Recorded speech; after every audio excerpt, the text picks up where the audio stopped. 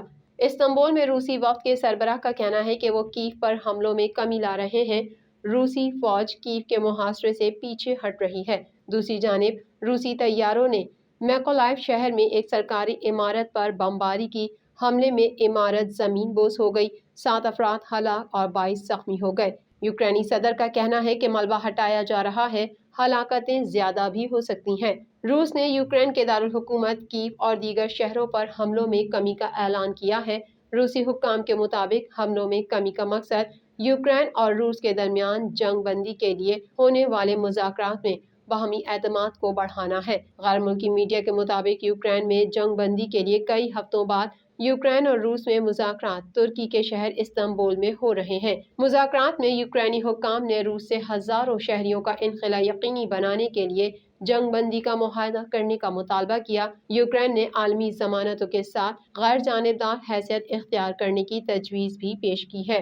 روس کے یوکرین پر حملے کے بعد سے لاکھوں یوکرینی نقل مکانی کر چکے ہیں، جبکہ مختلف شہروں پر روسی بمباری سے بھاری جانی نقصان ہوا ہے۔ غیر ملکی میڈیا کو انٹرویو دیتے ہوئے یوکرینی فوج کے کمانڈر کا کہنا ہے کہ روسی فوج کو پیچھے ہٹنے پر مجبور کر دیا ہے۔ روس کو شکست دینے کے لیے اس مرحلے پر انہیں مزید ہتھیاروں کی ضرورت ہے۔ یوکرینی فوج نے روس سے چھینے گئے بھاری ہتھیاروں کی ویڈیو جاری کر دی۔ روس کے وزارت دفاع نے کہا ہے کہ روسی فوج نے یوکرین کا Mi-8 ہیلی کاپٹر اور کئی جنگی طیاروں کو مار گرایا ہے۔ یورپی ملکوں سے روسی سفارتکاروں کی بے دخلی کا سلسلہ بھی جاری ہے۔ نیدرلینڈ نے 17 روسی سفارتکاروں کو جاسوسی کے الزامات کے تحت ملک بدر کر دیا۔ بیلجیم نے بھی 21 روسی سفارتکاروں کو جاسوس قرار دے کر بے دخل کیا۔ برطانیہ نے روسی ارب پتی کا لگژری جہاز قبضے میں لے لیا۔ روس نے واضح کیا ہے کہ روبل میں ادائیگی نہ کرنے والے یورپی ممالک کو مفت یا خیرات میں گیس فراہم نہیں کی جائے گی، جبکہ G7 ممالک نے روس کا یہ مطالبہ مسترد کر دیا ہے۔ مزید جانتے ہیں اس رپورٹ میں۔ روس نے واضح کیا ہے کہ روبل میں ادائیگی نہ کرنے والے یورپی ممالک کو مفت یا خیرات میں گیس فراہم نہیں کی جائے گی۔ کرملن کے ترجمان دیمتری پیسکوف کا کہنا ہے کہ اگر یورپی یونین کے ممالک روبل میں گیس کی ادائیگی سے انکار کرتے ہیں تو ماسکو کا خیراتی کاموں میں مشغول ہونے اور یورپ کو مفت گیس فراہم کرنے کا کوئی ارادہ نہیں ہے۔ دنیا کے امیر ترین ممالک کی تنظیم G7 نے درآمدی قدرتی گیس کی قیمت روبل میں ادا کرنے کا روسی مطالبہ مسترد کر دیا ہے۔ غیر ملکی میڈیا کے مطابق G7 ممالک کا ہنگامی اجلاس جرمنی کی درخواست پر منعقد ہوا، جس میں ماسکو کی جانب سے امریکہ اور یورپی ممالک سمیت مخالف ملکوں سے گیس کی قیمت روبل میں وصول کرنے کے روسی صدر ولادیمیر پوٹن کے اس مطالبے پر غور کیا گیا، جو روسی صدر نے گزشتہ ہفتے کیا تھا۔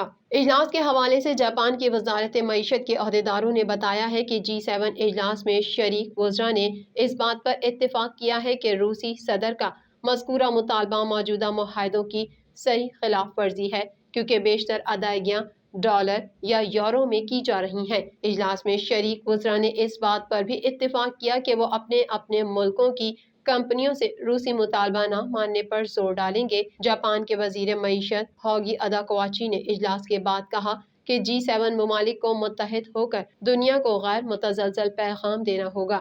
ساتھ ہی ان کا یہ بھی کہنا تھا کہ جاپان توانائی کی ضروریات پوری کرنے کے لیے متبادل ذرائع کی جانب منتقلی اور قدرتی گیس پر سرمایہ کاری کی پالیسی میں رد و بدل کے ذریعے روسی تیل پر انحصار کم کرنے کی کوشش کرے گا۔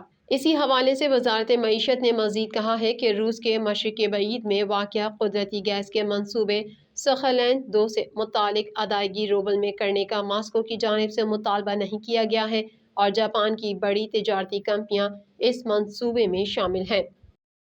اسرائیل کے شہر بنائی براق میں نامعلوم فرد نے راہ گیروں پر فائرنگ کی، جس کے نتیجے میں 5 افراد ہلاک ہو گئے۔ مزید تفصیلات جانتے ہیں اس رپورٹ میں۔ اسرائیل کے شہر بنائی براق میں نامعلوم فرد نے راہگیروں پر فائرنگ کی، جس کے نتیجے میں 5 افراد ہلاک ہو گئے۔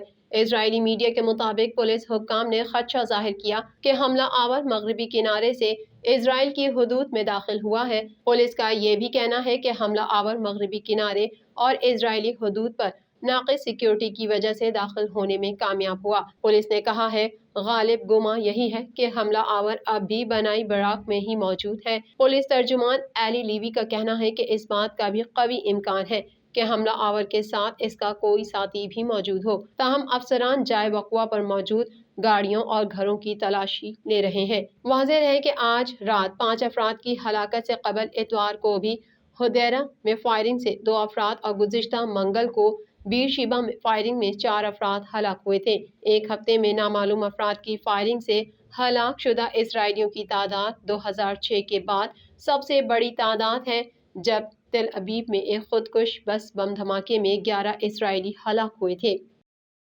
طالبان رہنما کا کہنا ہے کہ تاجروں کو ایسے شعبوں میں سرمایہ کاری کرنی چاہیے جن سے افغانستان کو فائدہ ہو۔ مزید جانتے ہیں اس رپورٹ میں۔ افغان طالبان حکام کا کہنا ہے کہ افغانستان میں تجارت کے فروغ کے لیے اہم اقدامات کر رہے ہیں۔ افغانستان انویسٹمنٹ اینڈ کمپنیز ایسوسی ایشن کا آغاز کر دیا گیا ہے۔ ان اجلاس کے شرکاء نے بیرون ملک افغان تاجروں سے مطالبہ کیا کہ وہ واپس آئیں اور اپنے ملک میں سرمایہ کاری کریں۔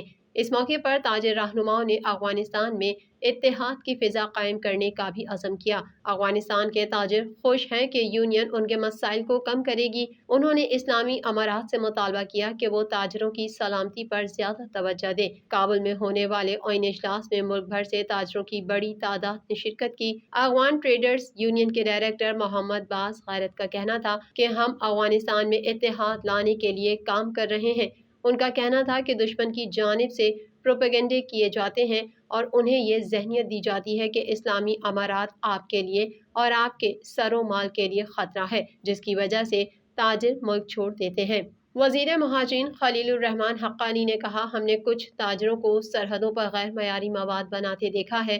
وہ اسے یہاں تعمیر کرتے ہیں اور اسے ایران اور دیگر پڑوسی ممالک کو واپس بیچ دیتے ہیں اور وہاں اس پر مہر لگا دیتے ہیں۔ یہ افغانستان کے عوام اور تاریخ کے لیے نقصان دہ ہے۔ چیمبر آف کامرس کے سربراہ شیرباز کامنزادہ کا کہنا تھا کہ تاجروں کو ایسے شعبوں میں سرمایہ کاری کرنی چاہیے جن سے افغانستان کو فائدہ ہو۔ یہ افسوس کی بات ہے کہ افغانستان 21ویں صدی میں آئس کریم اور دہی درآمد کر رہا ہے۔ انہوں نے کہا کہ افغانستان کے اکثر نوجوان بے روزگار ہیں۔ آئیے ترقی اور خوشحالی کی طرف بڑھتے ہیں۔ پہلے صنعت کے لیے کام کریں تاکہ آپ کی صنعت اپنے پیروں پر کھڑی ہو سکے۔ TNN ٹی وی کے نیوز بلیٹن سے فی الوقت اتنا ہی۔ مزید خبروں اور اپڈیٹس کے لیے دیکھتے رہیے TNN ٹی وی۔